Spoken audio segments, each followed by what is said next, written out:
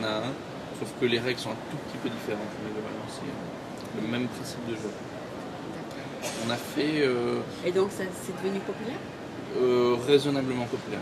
On a gagné un concours en France Oui. de SFR on a participé à un concours, c'était sur WebOS, Oui. sur les téléphones Pour Palm. un jeu? Pour un jeu? Pour ce même jeu, c'est à cette occasion qu'on a créé le jeu. Et on a gagné la 2e place du concours SFR. Tu as eu de l'argent pour ça? On a eu une jolie somme d'argent. Vous avez eu un prix? Congratulations. Merci. Mais il faut essayer à nouveau. C'est ça, il faut essayer à nouveau. Mais non, ça avait plutôt bien marché. Et puis.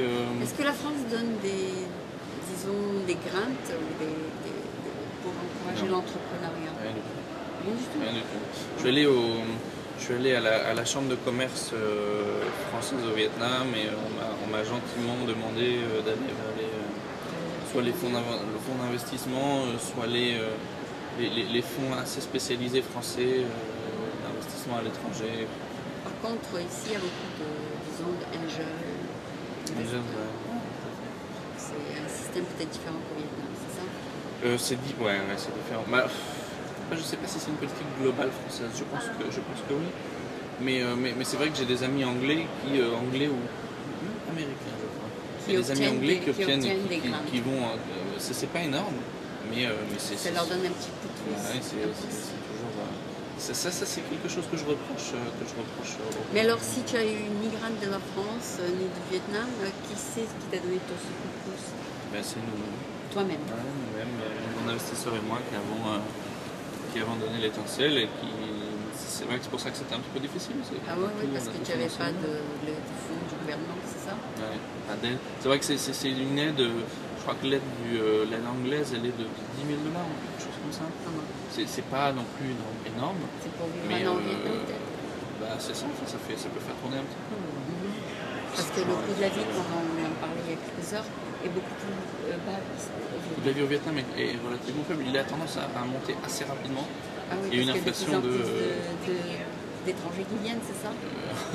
C'est ça qui fait monter? Alors, il y a des bulles économiques au Vietnam assez fortes dans tout ce qui est l'immobilier.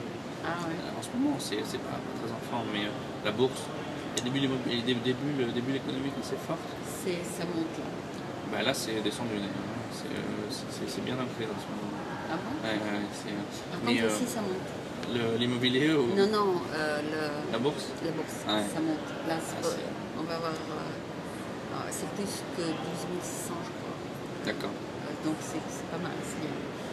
Non, mais au Vietnam, il y a des problèmes importants. C'est vrai que l'inflation sur ces 2 dernières années a été supérieure à 20%. C'est pas vrai, je crois que c'était... énorme. C'est énorme, l'inflation est vraiment énorme. Moi qui suis au Vietnam depuis 6 ans, les prix ont plus que doublé. Ah oui, pour acheter du lait, du pain. Pour acheter n'importe quoi, aller au restaurant. Les restaurants dans le centre d'Ho Chi Minh ont tout augmenté. Quasiment certains ont triplé. C'est devenu vraiment... Enfin, selon le style de vie. Mais la vie... cuisiner à la maison alors. Exactement. Exactement. Maintenant que je suis marié, on va... Faire attention. On va cuisiner un peu plus à la maison. Oui, bien sûr. Non, mais c'est vrai que c'est comme au Brésil. Des fois, ils ont eu des années où ils ont eu des taux d'inflation démentiels, où les gens ne pouvaient plus rien acheter et leur argent ne valait plus rien. Ben, c'est un peu le problème qu'il y a eu au Vietnam. Les gens, l'essence augmentait terriblement parce que le gouvernement ne pouvait plus contrôler le prix de l'essence. Ah bon? Je me rappelle les gens dépensaient toutes leurs économies.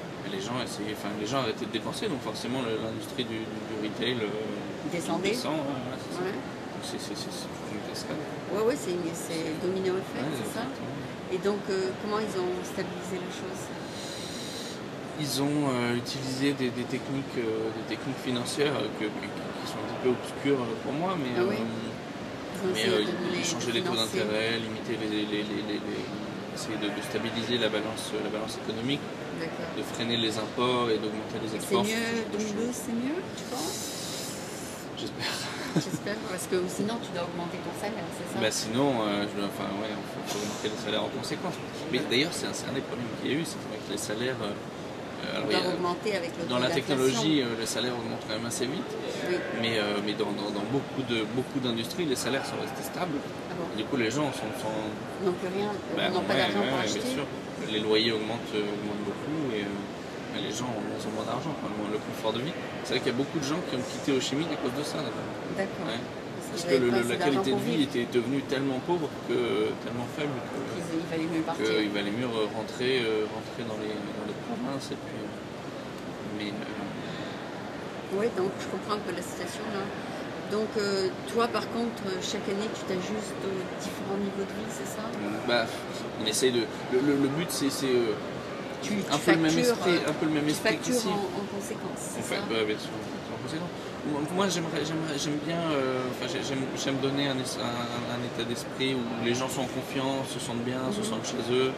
Oui, Ils n'ont pas peur, ils se sentent rémunérés à la hauteur des efforts qu'ils donnent. Et c'est toujours le discours que j'ai d'ailleurs. Avec tes employés, tu dirais, avec est-ce que mes vous avez employés. assez pour vivre? Et puis d'un côté c'est ça, et de l'autre côté c'est est-ce que vous donnez assez de vous-même pour est-ce que techniquement vous avez progressé, est-ce que si, est-ce que ça? Ça aussi, oui, ça aussi. Parce que ça doit aller. Il faut être content au travail et en dehors du travail.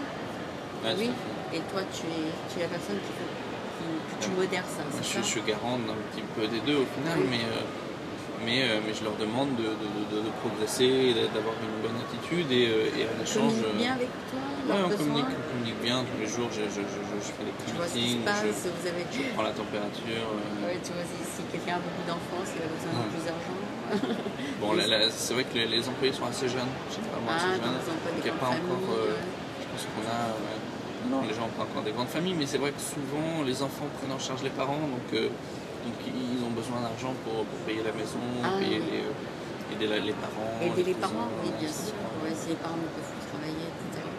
Oui, donc il y a tout un tout de dynamiques sociaux qui affectent, disons, l'atmosphère au travail. Ouais, c'est vrai que il y a une pression sur le salaire qui est assez forte.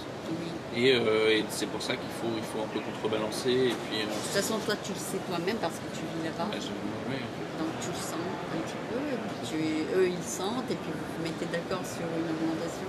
C'est ça, une augmentation pour qu'eux se sentent confortables, et puis en échange de quoi, ils sont garants de leur travail. Et ils peuvent bien travailler la tête tranquille, c'est ça. Parce qu'il faut aussi se sentir bien, travailler, donner beaucoup plus à notre entreprise. Mais c'est bien que tu aies 30 employés, que tu as moins de 30 ans, donc ça félicitations. Merci.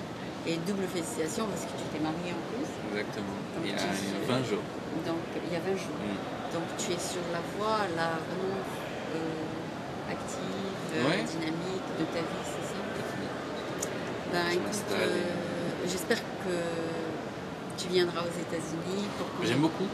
Tiens, ok, pour que peut-être que ça t'offrira une autre façon de voir la vie, et puis ça t'ouvrira des portes, parce que c'est ici le centre du high-tech. Bah, c'est vrai que c'était intéressant, hein. Je suis resté une semaine ici, j'ai rencontré pas mal de monde déjà. Ouais. Et non, très intéressant. Très bonne ambiance, très bonne ambiance. En fait, quand tu vas revenir, passe une semaine, je te ferai un tour si tu veux de la Silicon. Avec plaisir.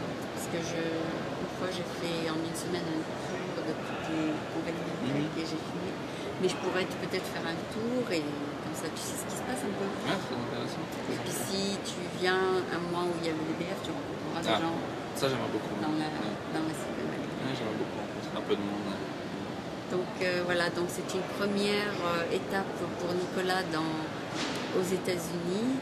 Et donc on espère qu'il reviendra. Merci beaucoup pour l'interview. Merci. Et bonne chance. Et tu as l'air d'en avoir en ce moment. Espérons que ça dure. Merci.